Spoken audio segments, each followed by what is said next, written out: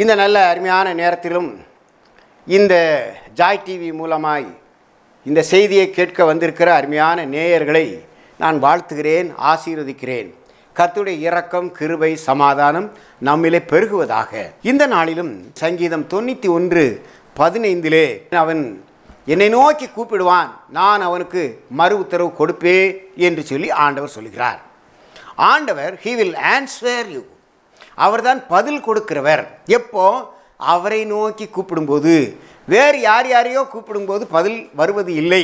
நம்முடைய ஆண்டவரை நோக்கி கூப்பிடும்போது மட்டும், அதாவது கூப்பிடுகிறது என்று சொன்னால் ஜெபிக்கிறது, வேண்டுதல் செய்வது, அப்படியாக ஒரு பொருத்தனையோடு கூட ஆண்டவரிடத்தில் ஜெபிக்கும்போது ஆண்டவர் பதில் தருகிற தேவனாய் இருக்கிறார். எத்தனையோ ஆயிரக்கணக்கான காரியங்களை சொல்ல முடியும். ஆண்டவரிடத்தில் கேட்டபோது அவர் பதில் கொடுத்திருக்கிறார். ஆமேன், ஹல்லேலூயா. பதில் கொடுப்பேன் என்று சொல்லி அவர் உறுதியாக சொல்கிறார். ஆமேன். கர்த்தர் சொல்கிறார், என் ஜெபத்தை தள்ளாமலும் ஆமேன் தமது கிருபையை என்னை விட்டு விலக்காமலும் இருந்த தேவனுக்கு ஸ்தோத்திரம் என்று சொல்லி தாவீது சொல்கிறார்.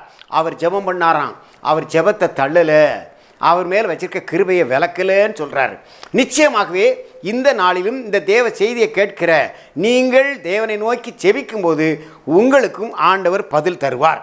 சரி, இப்போ யாருக்கு அவர் பதில் கொடுக்கிறார் என்று சொல்லி பார்த்தால், என்னை நோக்கி கூப்பிடுகிறவனுக்கு, விசுவாசத்தோடு நம்பிக்கையோடு கூப்பிடுகிற யாராக இருந்தாலும் அவர்களுக்கு ஆண்டவர் பதில் கொடுக்கிறார்.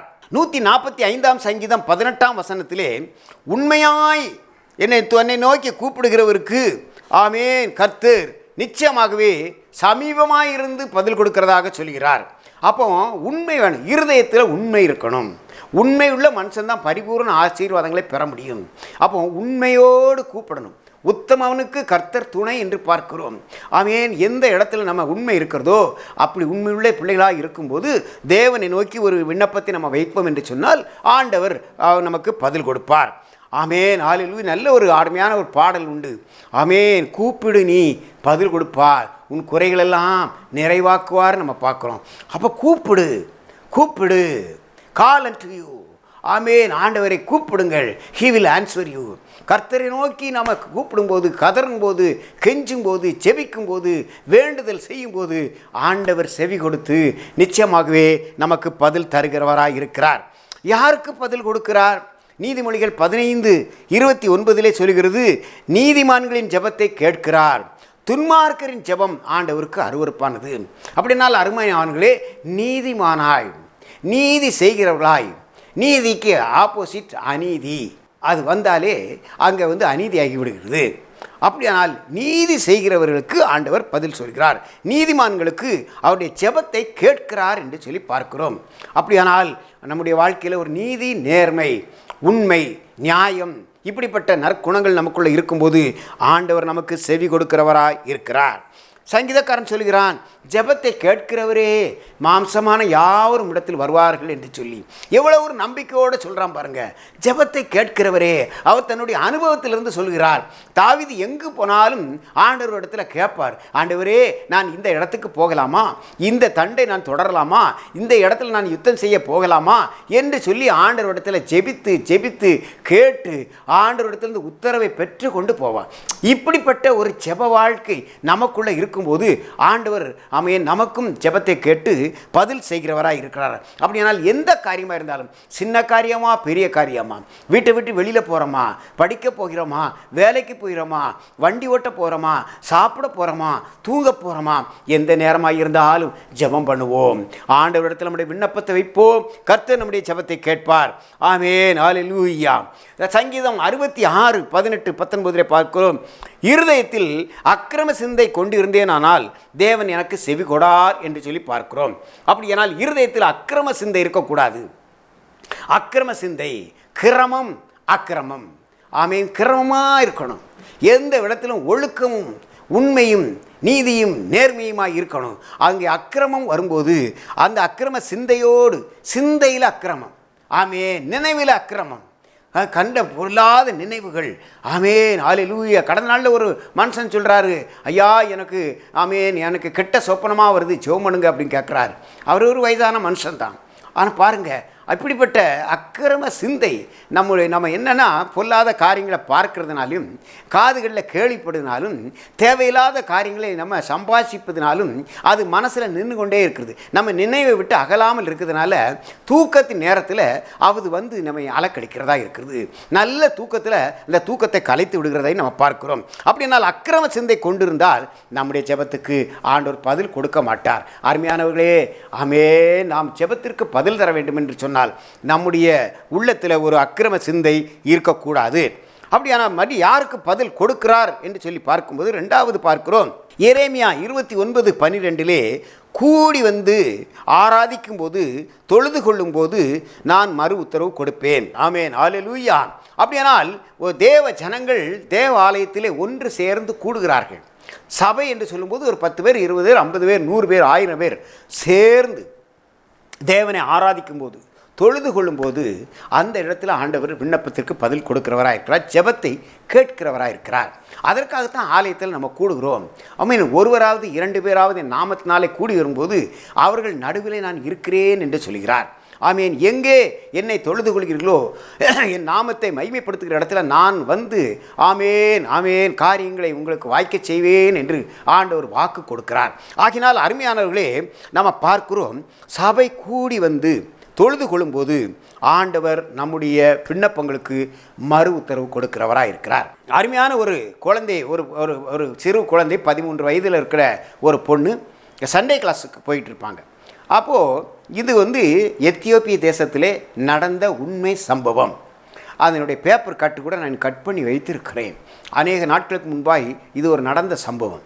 என்ன பாருங்கள், அந்த அருமையான குழந்தை தன்னுடைய நண்பர்களோடு ஃப்ரெண்ட்ஸோடு கூட அந்த ஓய்வு நாள் பாடசாலைக்கு போகிறது வழக்கமாக இருந்தது. ஒரு நாளில் இவங்க ஃப்ரெண்ட்ஸு வரலை, இந்த பொண்ணு மட்டும் அந்த சண்டே கிளாஸுக்கு போயிருந்தால் அவங்க கிளாஸ் முடிந்தவுடனே அவரவர் அங்கங்கே வீடுகளுக்கு கிளம்பி போய்கிட்டாங்க. இந்த பொண்ணு வரும்போது சாயங்கால நேரமாகிவிட்டது, தனியாகத்தான் வர வேண்டிய சூழ்நிலை. ஏன்னா அன்றைக்கி ஃப்ரெண்ட்ஸ் இவங்களுக்கு வரலை. ஸோ திருப்பி வரும்போது அங்கே பார்த்தால் ஒரு 4-5 முரடர்கள் இந்த அருமையான பிள்ளையை கடத்தி கொண்டு போயிட்டார்கள். காட்டுப்பகுதிக்குள்ளே கொண்டு போயிட்டாங்க. காட்டுப்பகுதியில் கொண்டு போனால் அந்த பிள்ளையை எப்படியாவது இம்சை பண்ணணும், அவளை தொந்தரவு பண்ண வேண்டும் என்று சொல்லி அவர்கள் அப்படிப்பட்ட ஒரு நோக்கத்தோடு கூட அந்த காட்டுப்பகுதிக்குள்ளுக்காக அப்படி அடர்ந்த இடத்துல கொண்டு போய் யாரும் கூப்பிட்டா யாருக்கும் சத்தம் கேட்காது அந்த மாதிரி இடத்துக்கு கொண்டு போயிட்டாங்க. வாயெல்லாம் பொத்திட்டாங்க, கையை கட்டிட்டாங்க. இப்போ என்ன நடக்க போகுது என்கிறது பெரிய ஒரு கஷ்டமான ஒரு சூழ்நிலையில் இருக்கிறார். அப்பொழுது இந்த அருமையான பிள்ளை இந்த பாடசாலையிலே சண்டே கிளாஸில் என்ன சொல்லி கொடுத்தார்கள்? ஆமேன், நெருக்கத்திலே கர்த்தரை நோக்கி நான் கூப்பிட்டேன், அவர் எனக்கு பதில் கொடுத்தார். நெருக்கத்திலே கர்த்தரை நோக்கி கூப்பிட்டேன், அவர் எனக்கு செவி கொடுத்தார். அல்லேலூயா, அவர் எனக்கு செவி கொடுத்தார். அல்லேலூயா என்று சொல்லி ஒரு அருமையான சங்கீதம் 120 1வது வசனத்திலிருந்து அந்த பாடலை ஏன் அருமையான மக்கள் பாடுகிறதை நம்ம கேட்டிருக்கிறேன். அப்போ பாருங்கள், இந்த நெருக்கமான சூழ்நிலை கர்த்தரை நோக்கி கூப்பிட்டா, ஆண்டவரே ஏசப்பா இந்த நேரத்தில் நீங்கள் உதவி செய்யுங்கப்பா, என் கையை கட்டிட்டாங்க, வாயை கட்டிட்டாங்க, என்னால் ஒன்றும் செய்ய முடியாது, 4-5 முரடர்களாக இருக்கிறாங்க, ஏசப்பா தகப்படே எனக்கு உதவி செய்யுங்கன்னு இந்த பிள்ளை அலறினாள்.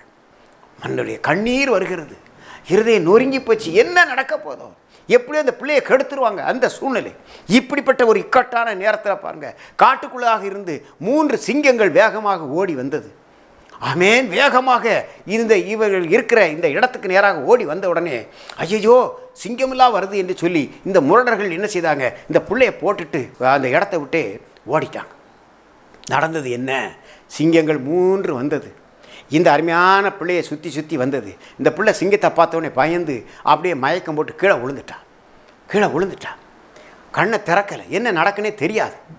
பாருங்கள், இந்த 3 சிங்கம் இந்த பிள்ளையை அப்படியே முகர்ந்து பார்த்தது, சுற்றி வந்தது. 3ம் அவளை சுற்றிலாக படுத்து கொண்டது. நடந்த உண்மை சம்பவம். படுத்துக்கொண்டது, எந்த ஒரு தொந்தரவும் நடக்கலை. இந்த பிள்ளை மயங்கி இருந்தவ அப்படியே தூங்கிட்டான். வீட்டில் பிள்ளை வரவில்லை என்று சொல்லி தகப்பனாரும் உறவினர்களும் காவல்துறையில் கம்ப்ளைண்ட் கொடுத்தாங்க. எல்லாம் தேடுறாங்க, தேடி எங்கேயுமே கிடைக்கல. குட்டைகளில், கிணறுகளில், பல இடங்களில் தேடுறாங்க. சண்டே கிளாஸில் போய் விசாரிக்கிறாங்க, எங்கேயும் எந்த ஒரு துப்பும் கிடைக்கல. எப்படியோ காட்டுப்பகுதியிலாவது எங்கேயாவது இருக்குமோ என்று சொல்லி அப்படியாக போலீஸ் எல்லாம் தேடிக்கொண்டிருக்கும்போது அதிகாலை நேரம் 3:30-4 மணி ஆயிட்டு. அப்படி நேரத்தில் ஜீப்பில் வந்து கொண்டிருக்கிறாங்க. லைட்டெல்லாம் அடித்து அந்த காட்டு பகுதியில் வந்து கொண்டு இருக்கும்போது உள்ளான இடங்களில் அந்த புதருக்குள்ளாக அந்த லைட் வெளிச்சத்தில் அந்த சிங்கத்தினுடைய கண்கள் தெரிகிறது. ஐயோ, இங்கே சிங்கம்லாம் இருக்கிறது என்று சொல்லி, சரி ஏதோ ஒருவேளை துஷ்ட மிருகம் இந்த குழந்தையை அடித்து கொண்டிருக்குமோ என்று சொல்லி அருகிலே வந்தார்கள். வந்து பார்க்கும்போது இந்த 3 சிங்கமும் எழும்பி அப்படியாக நடந்து போனது. அந்த அருமையான குழந்தை அந்த இடத்துல சுகமாய் படுத்திருந்தாள். ஆமேன், ஆமேன். கர்த்தர் ஜீவனுள்ள தெய்வமாக இருந்து ஆமேன் ஜெபங்களுக்கு பதில் கொடுக்கிறவராக இருக்கிறார். நெருக்கத்தில் நம்ம ஆண்டவரை நோக்கி கூப்பிடும்போது அவர் மறு உத்தரவு கொடுக்கிற தேவனாக இருக்கிறார். ஆமேன். அந்த சிறு குழந்தையை கர்த்தர் காப்பாற்றினார். அருமையானவர்களே, நாமும் ஆண்டவரை நோக்கி கூப்பிடுவோம். நமக்கு என்ன ஒரு நெருக்கம் வருகிறது, என்ன ஒரு இக்கட்டான சூழ்நிலை வருகிறது, ஏதோ ஒரு ஆபத்தில் மாட்டிக்கொண்டோமா, ஏதோ ஒரு காரியம் நிறைவேறாமல் இருக்கிறதா, தேவனிடத்தில் முறையிடுவோம். நம்முடைய ஜெபத்தை தள்ளாத தெய்வம், நம்முடைய கிருபையை நம்ம விட்டு விலக்காத தெய்வம் நமக்கு மறு உத்தரவு கொடுக்கிறவராக இருக்கிறார். அவர் ஆன்சர் கொடுப்பாருங்க. விடை தெரியாமல் இருக்கிறோமா, புலம்பிக் கொண்டு இருக்கிறோமா, கண்ணீரோடு இருக்கிறோமா, கர்த்தர் நிச்சயமாகவே நமக்கு செவி கொடுக்கிற தேவனாக இருக்கிறார். அதற்கு அடுத்ததாக யாருக்கு செவி கொடுக்கிறார்? ஆமேன். யோபு 9:31 பார்க்கிறோம், பாவிகளுக்கு செவி கொடுப்பதில்லை, அவருடைய சித்தத்தை செய்கிறவர்களுக்கு அவர் செவி கொடுப்பார் என்று சொல்லி பார்க்கிறோம். பாவிகளுக்கு ஜெபத்துக்கு பதில் கொடுப்பதில்லை. ஆமேன், அல்லேலூயா. ஒருவேளை நம்ம பாவியாக இருப்போம் என்று சொன்னால் நம்முடைய மனசாட்சி நமக்கு சொல்லும் நாம் செய்கிறது தவறு என்று சொல்லி, அந்த தவறை மறைத்து கொண்டு 4 பேர் பார்க்கிற இடத்துல நம்ம ஜெபம் பண்ணா ஜெபத்தை கேட்டுருவார் என்று சொல்லி நம்ம நினைக்கிறோம். பாவிகளுக்கு அவர் ஜெபத்திற்கு பதில் கொடுப்பதில்லை. ஆகினால பாவத்தை விட்டு விலகுவோம். கர்த்தர் நீதியை நமக்கு செய்கிற தேவனாய் இருக்கிறார். பக்தி உள்ள எவனும் உம்மை நோக்கி விண்ணப்பம் பண்ணுவான். சமயம் கிடைக்கும் போதெல்லாம் நம்ம ஜெபிக்கிறவர்கள் ஆமே நாம் பக்தி உள்ளவர்களாக இருக்கிறோம். எந்த நேரம் நமக்கு கிடைக்குதோ தேவனிடத்தில் நம்ம ஜெபம் பண்ணுவோம். ஆமென், ஹல்லேலூயா, ஹல்லேலூயா. தாவீது சொல்றார், அவனின் இருதயத்துக்கு ஏற்றவனாக கண்டேன் என்று சொல்றார். எனக்கு சித்தமானவைகளெல்லாம் செய்வான். அவன் எதை விரும்புகிறாரோ அதை செய்வோம். தேவ சித்தம் செய்வோம். அவர் நமக்கு செவி கொடுப்பார். கூப்பிடுறவர்களுக்கு, கூடி ஆராதிப்பவர்களுக்கு, தேவ சித்தத்தை செய்கிறவர்களுக்கு அவர் மறு உத்தரவு கொடுப்பார். நீ கூப்பிடுவாய், கர்த்தர் மறு உத்தரவு கொடுப்பார். நீ சத்தமிடுவாய், இதோ நான் இருக்கிறேன் என்று கர்த்தர் சொல்லுவார். நிச்சயமாகவே ஆண்டவர் நம் மத்தியில் இருக்கிறார்.